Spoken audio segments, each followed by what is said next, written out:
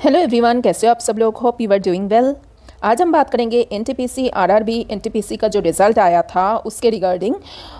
जो result 14th और 15th को आया था। अच्छा, अभी आप सारे स्कोर कार्ड भी डाउनलोड कर सकते हो साइट में जाके। तब थोड़ा दिक्कत हो रहा था वेबसाइट के हैंग की वजह से, मतलब सारे लोग अपना रिज़ल्ट चेक कर रहे थे तो उस टाइम थोड़ा ओवरलोड हो गया था। बट अभी आप स्कोर कार्ड देख सकते हो आपका। और आरआरबी एनटीपीसी का जो रिज़ल्ट आया था उसके लेके थोड़ा हंगामा हो गया था। उसके बाद ही एनटीपीसी ने और एक इम्पॉर्टेंट नोटिस तुरंत ही अपने वेबसाइट में डाला था। तो उसमें क्या था हम देख लेते हैं। उन्होंने बोला है कि attention to of the railways has been drawn to the concern raised by some candidates over the process of shortlisting of candidates in the second stage of the ongoing examination under RRB CN. जो RRB CN का जो next stage है, first stage का exam का result आया है। जो next stage जाने के लिए, सेकेंड स्टेज जाने के लिए जो कैंडिडेट्स का जो शॉर्टलिस्टिंग हुआ है उसके रिगार्डिंग कुछ कंसर्न रेज हुआ था। बट उन्होंने ये क्लैरिफिकेशन दे दिया है कि जो रिज़ल्ट है वो अकॉर्डिंग टू द नोटिफिकेशन जो रिज़ल्ट 14 जनवरी को आया है। बट ये जो सेकेंड स्टेज का जो शॉर्टलिस्टिंग है वो ऑलरेडी इलाबोरेटली दिया हुआ है, जो पब्लिश्ड हुआ था 28 फरवरी 2019 को। जो ओरिजिनल नोटिफिकेशन है उसके पैरा नंबर 13 में सारे इलाबोरेशन करके दिया हुआ है कि कैसे शॉर्टलिस्टिंग हो रहा है। अब मैं भी थोड़ा बता देती हूँ आपको। उस एडवर्टाइजमेंट में ऐसा था कि टोटल 13 कैटेगरीज में उन्होंने पोस्ट डिक्लेयर किया था। अब कुछ था उसमें 6 ऑफ दिस अंडर ग्रेजुएट, कुछ था अंडर ग्रेजुएट और कुछ था ग्रेजुएट। टोटल 13 पोस्ट था उसमें, टोटल 13 कैटेगरी था। अब उसमें पे लेवल वाइज उन्होंने डिवाइड कर दिया था। कितने सारे पे लेवल था? पे लेवल 2 से लेके पे लेवल 6 तक था। 2, 3, 4, 5, 6 5 पे लेवल में उन्होंने वो 13 कैटेगरीज को सेग्रीगेट कर दिया था। अब ये वो भी उन्होंने वो पैरा नंबर 13(6) जो है वो जो नोटिफिकेशन का, उसमें सारे उन्होंने कैटेगरी वाइज कैसे हैं वो सारी डिटेल्स उन्होंने दे दिया है। अब कैंडिडेट का पास अपना फ्री ऑप्ट था कि वो ये 13 कैटेगरीज में से मल्टीपल कैटेगरीज में वो अगर एलिजिबल हो तो वो अप्लाई कर सकते हैं।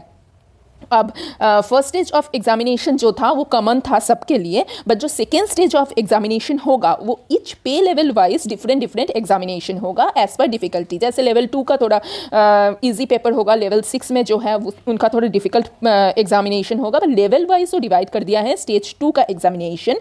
और जो लोग एलिजिबल होंगे, जो 1 और मोर लेवल के लिए एजुकेशनल क्वालिफिकेशन जिन्होंने क्वालिफाई किया है, जिन्होंने ऑप्ट किया है, उनको सेकेंड स्टेज में डिफरेंट एग्जामिनेशन में अपीयर होना पड़ेगा। मतलब लेवल 2 और लेवल 3, यहाँ पे लेवल 2 के लिए जो एग्जाम है उसमें भी अपीयर हो सकता है, लेवल 3 के लिए उसमें अलग से अपीयर होना पड़ेगा। यहाँ पे डिफिकल्टी मतलब जो कंसर्न है वो कहाँ पे आए हैं, जो टोटल नंबर ऑफ वैकेंसी है। अब जो लोग ग्रेजुएट है वो अंडर ग्रेजुएट पोस्ट के लिए भी एलिजिबल है, तो वहाँ पे भी उन्होंने पास आउट कर गया है तो उनका नाम उधर भी आ रहा है और ग्रेजुएट पोस्ट में भी आ रहा है, तो डबल हो रहा है। तो यहीं पे ही लग रहा है कि वैकेंसी जो है उसमें से कोई गड़बड़ हुआ है। बट कोई गड़बड़ नहीं हुआ है, उन्होंने एक क्लैरिफिकेशन कर दिया है।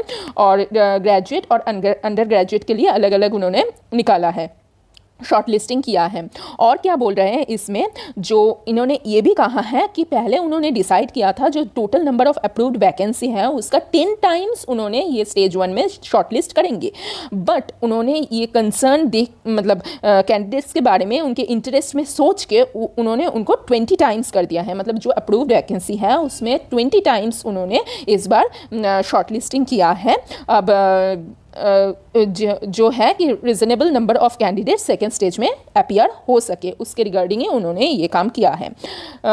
अब उन्होंने ये भी कहा है कि eligible candidate will have to appear each separate corresponding second stage as per his or her eligibility or option, and he will be selected and final appointment will be against one post। वो बाकी वो different multiple post के लिए appear हो, but at the end वो एक ही post के लिए उनको फाइनल अपॉइंटमेंट मिलेगा। ये तो नेचुरल चीज़ है। तो जो डिज़र्विंग है उनको मिल गया है, यही उन्होंने बोल रहे हैं। बट ये भी मैं कह रही हूँ कि इसके आगे भी बहुत सारे एग्ज़ाम आ रहे हैं। जैसे सामने ही CGL का एग्ज़ाम है, एक ESIC का, एक UDC का एग्ज़ाम है, और भी कुछ एग्ज़ाम है। मैंने नोटिफिकेशन डाल दिया है, नोटिफिकेशन का डिटेल्स मेरे इस चैनल के वीडियो में आपको मिल जाएगा। फिर एक CSIR का भी कुछ पोस्ट निकला है, कम है बट उसमें भी यूटीसी का पोस्ट है, जेएसए का या स्टेनो का पोस्ट है, तो आगे बहुत सारे एग्ज़ाम हैं, तो इसको लेके आप उतना दुखी मत होइए।